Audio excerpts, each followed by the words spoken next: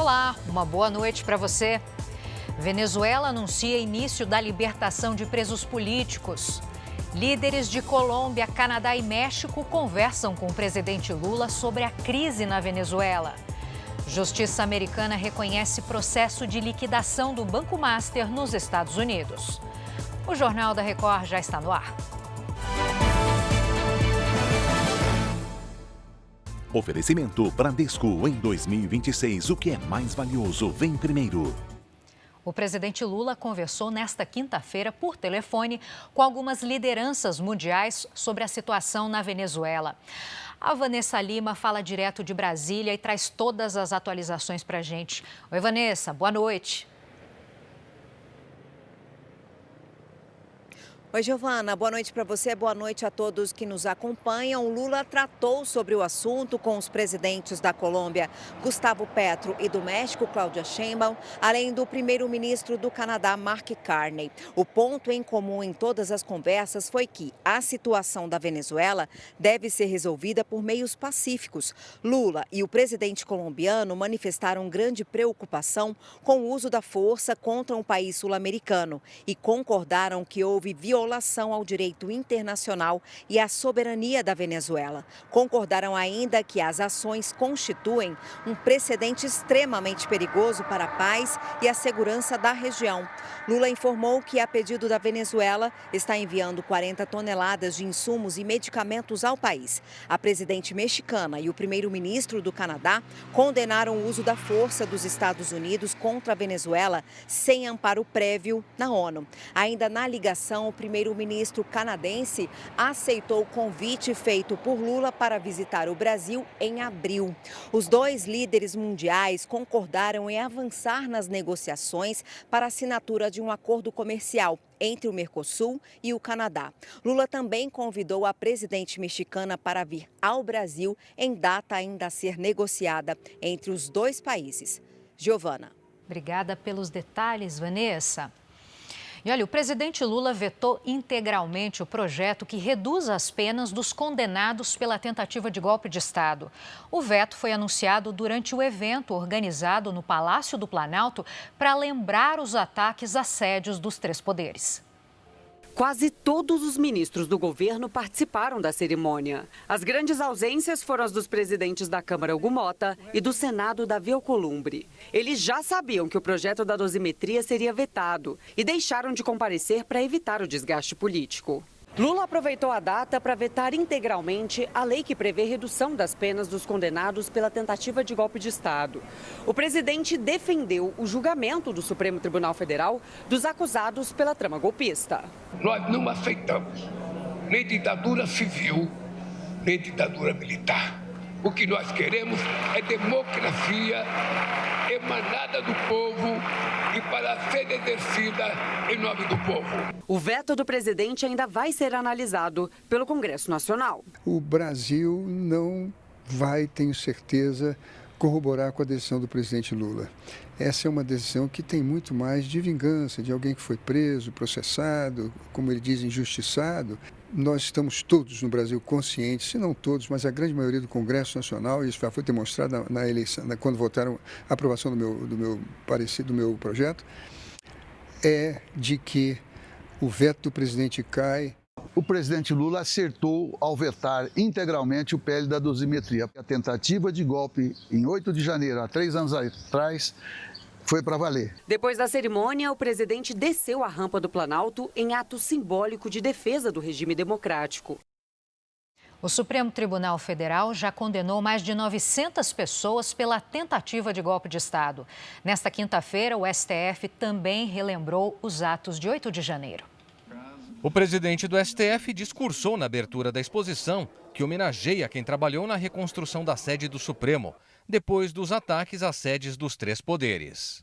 O 8 de janeiro, assim como os dias que se seguiram e os dias que se seguirão ao dia de hoje, também diz respeito à vontade de reconstruir, à dedicação, à resiliência, à fraternidade e o compromisso inabalável com a democracia no Brasil e em todo o planeta. Fachin também reafirmou o compromisso do STF com a segurança jurídica e mencionou a independência e harmonia entre os poderes. O presidente do Supremo ainda elogiou o trabalho do ministro Alexandre de Moraes na condução dos processos da tentativa de golpe de Estado. Esteve onde precisava estar, não por bravata, mas porque era seu ofício, aquele mesmo que nós todos deste tribunal, ao aqui ingressarmos, juramos exercer. Desde o ataque à corte em 2023, o STF responsabilizou 1.399 pessoas criminalmente pelos atos antidemocráticos. Foram condenadas 835 pessoas, incluindo 29 líderes políticos e militares. Entre eles, o ex-presidente Jair Bolsonaro, que recebeu pena de mais de 27 anos de prisão. 979 pessoas foram denunciadas por crimes menos graves. A reparação dos danos causados pelos atos do 8 de janeiro custou mais de 56 milhões de reais aos cofres públicos. A defesa de Jair Bolsonaro pediu ao Supremo Tribunal Federal autorização para que o ex-presidente participe do programa de redução de pena por leitura. Se autorizado, ele pode ter a pena reduzida em 48 dias por ano, caso leia 12 obras a cada 12 meses. Mas vai ter que entregar resenhas escritas à mão, que vão ser avaliadas por uma comissão. A defesa do ex-presidente também solicitou autorização para que ele receba assistência religiosa na prisão. Bolsonaro foi condenado a 27 anos e 3 meses de prisão por tentativa de golpe de Estado. Agora a gente fala da chuva pelo país. Em Santa Catarina, um temporal causou estragos em várias cidades. No município de Gaspar, na região do Vale do Itajaí, o teto de um posto de combustíveis desabou. A estrutura caiu sobre os carros, ninguém se feriu. A chuva alagou ruas, invadiu casas e comércios em Jaraguá do Sul. Não há registros de desalojados. Em algumas cidades da Serra Catarinense, houve queda de granizo. A Defesa Civil mantém alerta para novos temporais até o fim de semana. Uma tempestade também provocou transtornos na capital e região metropolitana de São Paulo. A Zona Leste foi a mais castigada dessa vez. Córregos não suportaram o volume d'água e transbordaram. Ruas pareciam rios e a enchente invadiu casas e comércios. Um ônibus ficou ilhado. Passageiros precisaram ser resgatados com o apoio de um bote em meio à correnteza. Moradores se arriscaram para conseguir voltar para casa. Transtornos também em outras cidades da região metropolitana. Em Ferraz de Vasconcelos, a chuva invadiu uma estação de trem e pegou funcionários e passageiros de surpresa. Em Itaquaquecetuba, uma casa não resistiu à força da enxurrada e veio abaixo.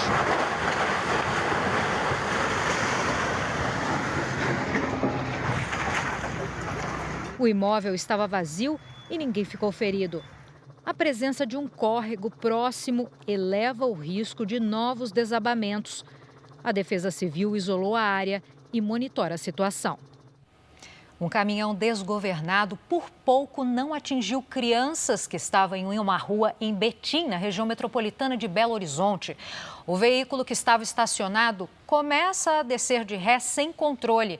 Por muito pouco, os 3 meninos não foram atingidos. O caminhão sobe na calçada e só para ao bater em um poste. Segundo os moradores, o motorista estava fazendo a manutenção do caminhão no momento desse acidente. E olha, as exportações de mercadorias produzidas em Minas Gerais para os Estados Unidos caíram por causa do tarifaço imposto pelo governo de Donald Trump. De quanto foi essa redução, Pablo Nascimento? Uma boa noite para você. Ei, Giovana, boa noite. Boa noite para você que acompanha o Jornal da Record.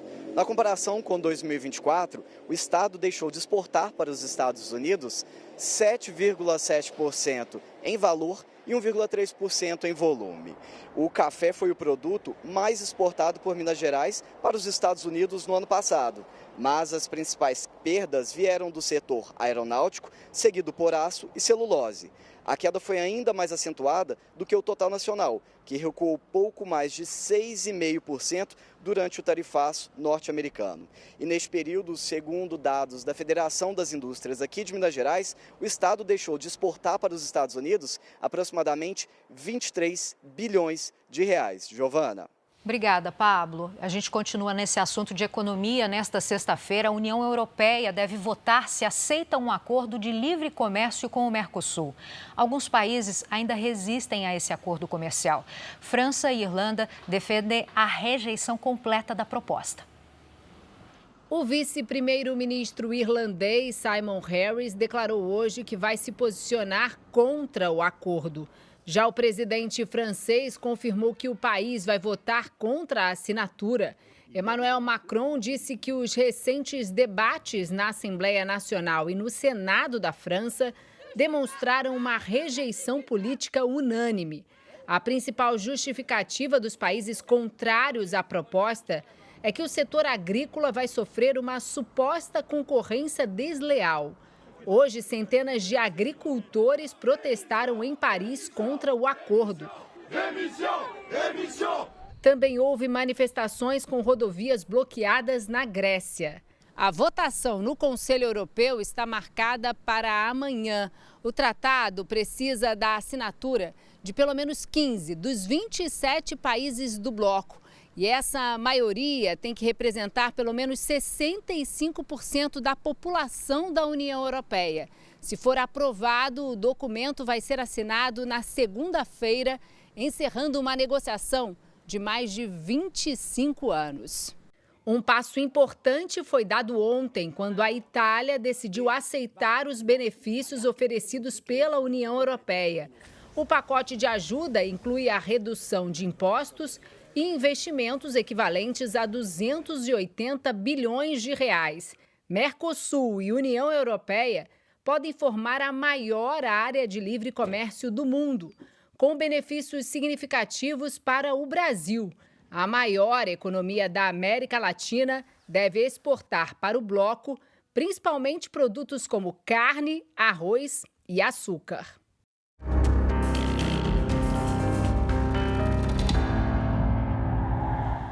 O presidente Donald Trump afirmou agora à noite que os Estados Unidos vão começar a atacar os cartéis de drogas por terra e que ele vai se reunir com a líder da oposição na Venezuela e Nobel da Paz, Maria Corina Machado, na semana que vem.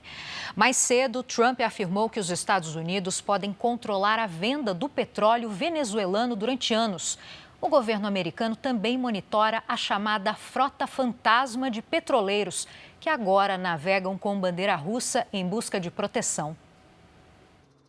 Novas imagens mostram o petroleiro russo, que navegava com nome e nacionalidade adulterados, antes de ser apreendido por um navio de patrulha dos Estados Unidos. A embarcação transportava petróleo da Venezuela sob bandeira da Guiana, mas trocou recentemente por conta do bloqueio americano à costa da Venezuela. Mais de 40 petroleiros da chamada Frota Fantasma passaram a usar a bandeira da Rússia desde junho do ano passado. Quase metade deles trocou só no mês passado. Analistas avaliam que os operadores dessas embarcações buscam proteção russa para escapar da apreensão americana dos navios que transportam petróleo venezuelano. Essas manobras em alto mar acendem um alerta nas relações entre Washington e Moscou. Para a Rússia, as ações americanas violam regras das Nações Unidas.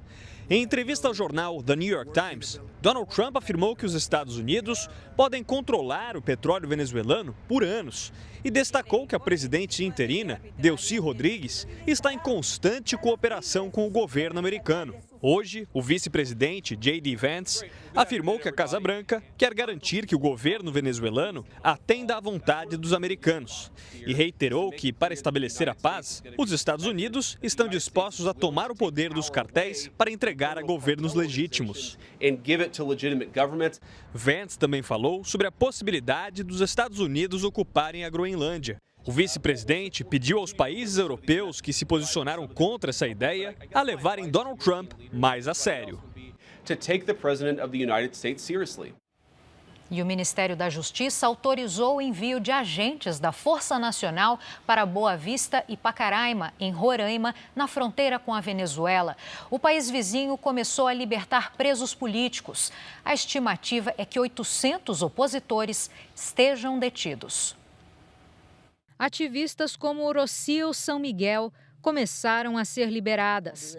Presos políticos estão sendo soltos depois do presidente da Assembleia Nacional da Venezuela, Jorge Rodríguez, anunciar que um número significativo seria libertado pouco a pouco. O gesto tem como objetivo preservar a união do país. Rodríguez é irmão da presidente interina, Delcy Rodríguez. Organizações de direitos humanos estimam que cerca de 800 pessoas estejam presas por motivação política na Venezuela. O secretário-geral da Organização dos Estados Americanos escreveu numa rede social que a notícia é bem-vinda e que a Venezuela precisa estar alinhada aos princípios democráticos e aos direitos fundamentais para embasar o futuro. Na fronteira com a Colômbia, a cidade de Cúcuta registrou protestos a favor do ex-ditador Nicolás Maduro. Este manifestante diz que Maduro foi sequestrado. Maduro, um presidente sequestrado! Também houve manifestação de colombianos e venezuelanos contra os ataques norte-americanos em outras cidades do país, como Cali e na capital Bogotá. Este idoso diz que nunca imaginou que assistiria a uma ação como essa num país vizinho. Um ato que jamais pensamos que se hubiera generado na América Latina. A Organização Mundial e o governo brasileiro organizaram a coleta de 300 toneladas de insumos para hemodiálise, que serão doados para a Venezuela. A mobilização acontece depois de um dos principais centros médicos ter sido atingido pelo ataque dos Estados Unidos. 16 mil venezuelanos devem ser beneficiados. E segundo o Ministério da Saúde do Brasil, os insumos não vão afetar os tratamentos feitos pelo Sistema Único de Saúde aqui no país. Moradores de Minnesota enfrentaram as forças de segurança durante uma série de protestos nos Estados Unidos. As manifestações cresceram depois que uma americana foi morta por um agente do Serviço de Imigração. Os policiais jogaram bombas de fumaça e gás lacrimogênio para afastar a multidão. 3 pessoas foram presas. Os protestos ficaram mais violentos depois que um agente da imigração atirou e matou uma cidadã americana que dirigia um carro na cidade de Minneapolis. Renee Nicole Good, de 37 anos, morreu no local. Ela era mãe de 3 filhos e havia se mudado recentemente para a região. A secretária de Segurança Interna, Kristi Noem, disse que o policial que atirou tentou se defender de um carro que poderia atropelá-lo. E o vice-presidente americano, J.D. Vance, afirmou que a mulher era uma das manifestantes que estavam lá para interferir em uma operação legítima. Segundo a imprensa americana, o agente que atirou tem 10 anos de experiência no serviço de imigração. A mãe de Renee disse que ela não participava dos protestos e que deve ter acelerado o carro porque se assustou com a ação dos policiais. Outros familiares revelaram que ela havia acabado de deixar o filho de 6 anos na escola e estava a caminho de casa quando foi baleada. Lideranças políticas do estado afirmaram que Renee estava no local como observadora legal, fazendo um trabalho voluntário de monitoramento das ações policiais. Autoridades locais não vão participar da investigação da morte de Renee. O FBI, a Polícia Federal Americana, assumiu o caso. O governador de Minnesota, Tim Walz, disse que o estado precisa fazer parte das investigações. Ele foi candidato a vice-presidente ao lado de Kamala Harris e é considerado um adversário político do republicano Donald Trump. Um alto funcionário das Nações Unidas afirmou que os Estados Unidos têm obrigação legal de manter o pagamento de contribuição à organização. A declaração vem após a Casa Branca anunciar a saída de 66 organizações, sendo 31 ligadas à ONU. Segundo a organização, os recursos financiam projetos de saúde, educação e ajuda humanitária. O pagamento é obrigatório para que o país mantenha direitos e participação no sistema da ONU. Trump justificou a retirada das organizações por contrariedades a interesses nacionais. Um ataque russo com drones à infraestrutura energética da Ucrânia deixou mais de 1 milhão de casas sem energia. Regiões do leste e do sul do país foram atingidas. A falta de energia deixou moradores sem calefação em meio a temperaturas abaixo de zero. O presidente Volodymyr Zelensky condenou a ação e disse que não há justificativa militar para atingir infraestruturas civis do setor elétrico. Equipes trabalham para normalizar os serviços.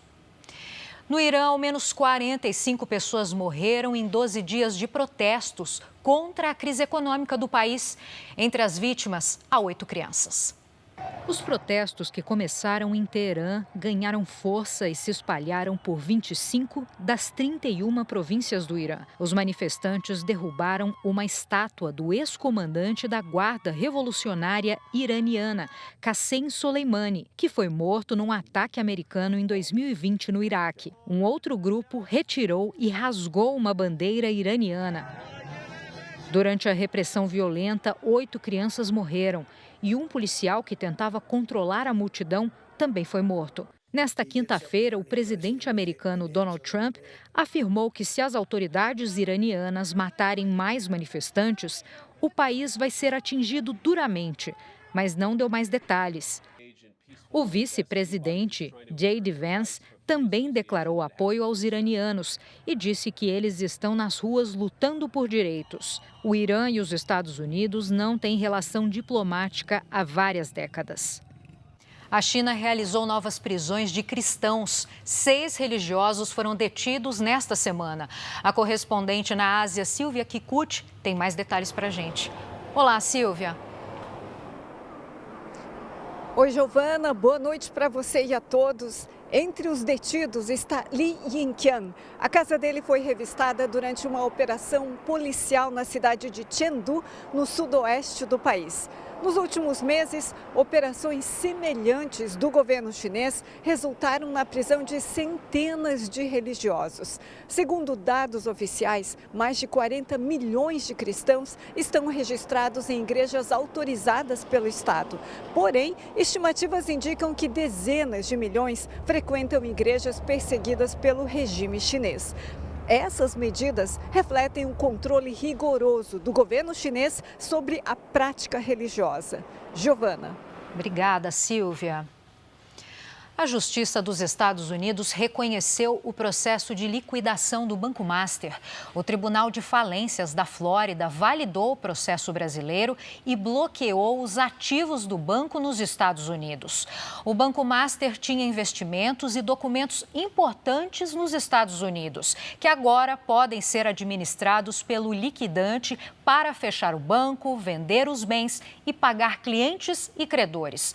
O processo de liquidação foi determinado pelo Banco Central do Brasil em novembro do ano passado. Daniel Vorcaro, dono do Banco Master, argumentava à Justiça americana que a liquidação ainda poderia ser revista no Brasil. E o relator do caso do Banco Master no Tribunal de Contas da União voltou atrás na decisão que determinou uma inspeção no Banco Central sobre a liquidação da instituição financeira. O ministro Jonathan de Jesus suspendeu a própria decisão e enviou o caso para análise do plenário do Tribunal de Contas da União. Em despacho, o relator afirmou que o caso ganhou dimensão pública desproporcional e recomendou que a controvérsia seja submetida ao plenário. O ministro vinha sofrendo pressão, inclusive de dentro do TCU, após determinar a inspeção no Banco Central, depois da autarquia decidir pela liquidação da instituição financeira, suspeita de atuação fraudulenta. O próprio presidente do tribunal, o ministro Vital do Rego, emitiu uma nota afirmando que o TCU não tem competência para rever a liquidação do Banco Master. Agora caberá ao plenário da Corte decidir se o Banco Central passará a condição de investigado. Na segunda-feira, o ministro Jonathan de Jesus havia autorizado auditores a irem ao Banco Central para examinar documentos sigilosos sobre a liquidação do Master. O objetivo era apurar se houve irregularidades no processo. O Banco Central alegou que uma inspeção desse porte não poderia ser decidida individualmente. A Polícia Federal investiga a denúncia de contratação de influenciadores para uma campanha coordenada para atacar o Banco Central. 46 perfis teriam sido pagos por uma agência. As informações vieram à tona depois que 2 influenciadores recusaram e denunciaram o suposto acordo. Em mensagens, o suposto contratante afirma que se trata de uma campanha contra o sistema e exige a assinatura de um termo de confidencialidade. Segundo as denúncias, vários blogueiros aceitaram receber valores para divulgar informações falsas. O programa do Banco Central BC Protege Mais bloqueou 111 mil tentativas de aberturas de contas fraudulentas em pouco mais de um mês de operação. Fábio levou um susto ao acessar o aplicativo do banco. Ele descobriu uma transferência de R$100 mil para uma conta em nome dele, mas que ele nunca abriu. Tinham aberto uma conta em Florianópolis no nome da minha empresa, com RG novo, do modelo novo falso, os meus dados, mas uma foto não era minha, contrato social da minha empresa falsificado também. No caso do Fábio, os criminosos foram até uma agência bancária. Mas cada vez mais, este tipo de golpe tem sido aplicado em bancos digitais. O objetivo dos criminosos é desviar dinheiro, seja por meio de empréstimos, do acesso a valores da vítima ou até de ligações pedindo transferências para contas falsas. Uma ferramenta do Banco Central ajuda a impedir a criação de contas falsas. Ao ativar o serviço, o usuário comunica que não quer abrir novas contas ou ser vinculado como representante em contas de terceiros. Em apenas um mês, o serviço BC Protege Mais bloqueou 111 mil tentativas fraudulentas de aberturas de contas. O cidadão precisa acessar o aplicativo ou o site do GovBR e acionar essa ferramenta, ativá-la. Vale dizer, a pessoa sabe que não vai abrir novas contas e ela faz o bloqueio no sistema. Se ela precisar fazer abertura de novas contas, ela simplesmente vai até o sistema e desabilita essa opção.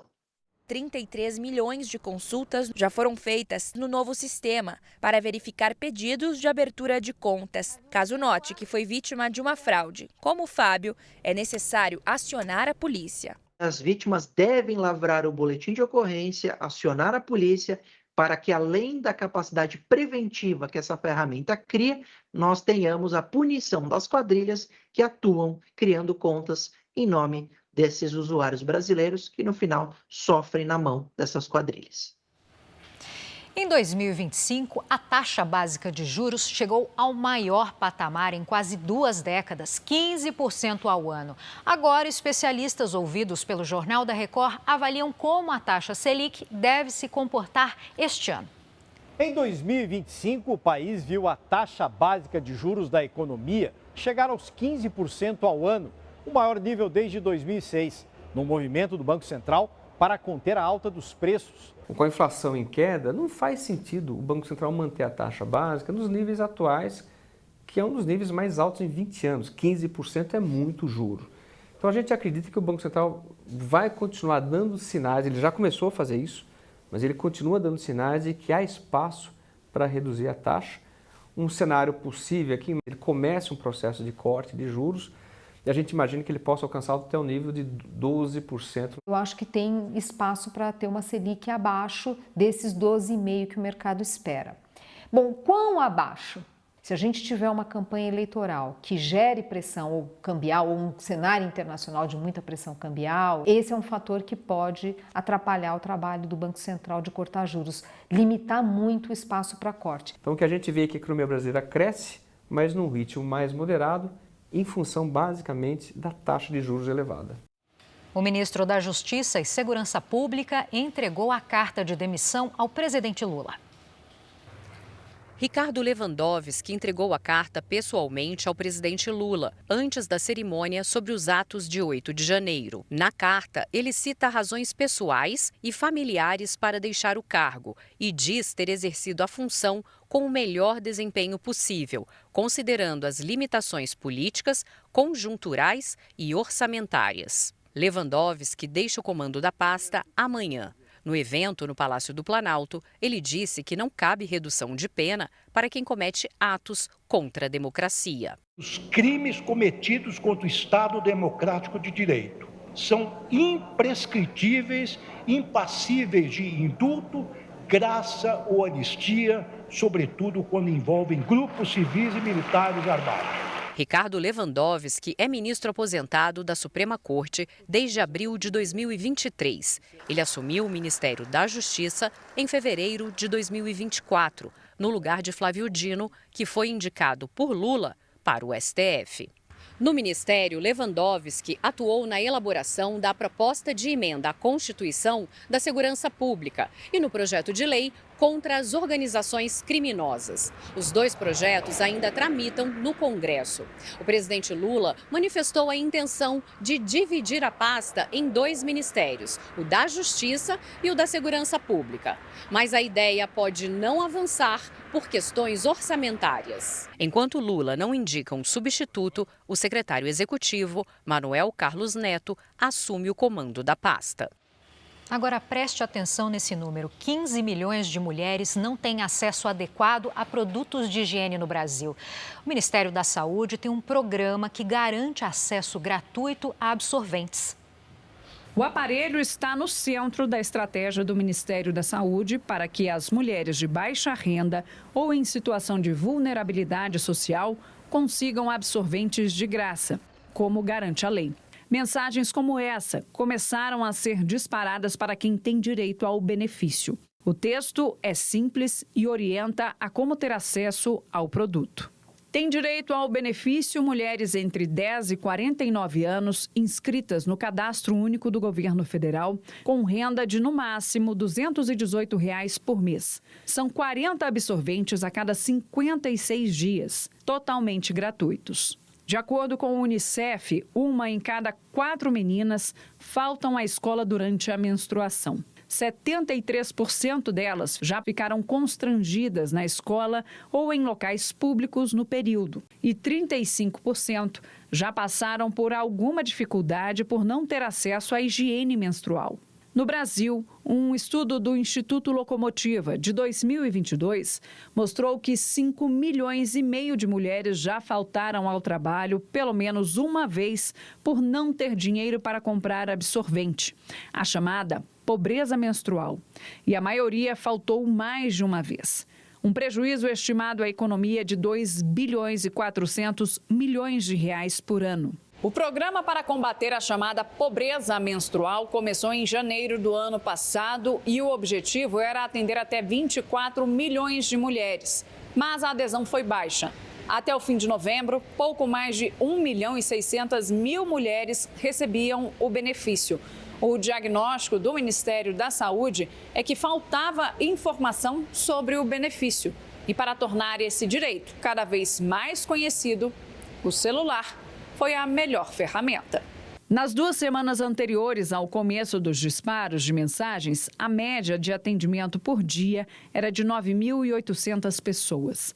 Mas com as mensagens no celular, os atendimentos dispararam para 21.500 por dia. A previsão do ministro da Saúde é que os números devem crescer cada vez mais. Muitas vezes a ausência desse absorvente faz com que uma menina não vá na escola, falte na aula, fique envergonhada na aula, não vá no local de trabalho, não procure uma entrevista de emprego, ou seja, às vezes é um limitador para o dia a dia dessas mulheres. A gente só vai descansar quando todas as 24 milhões estiverem sabendo, tirarem suas dúvidas, poderem ter acesso a esse direito garantido pelo SUS.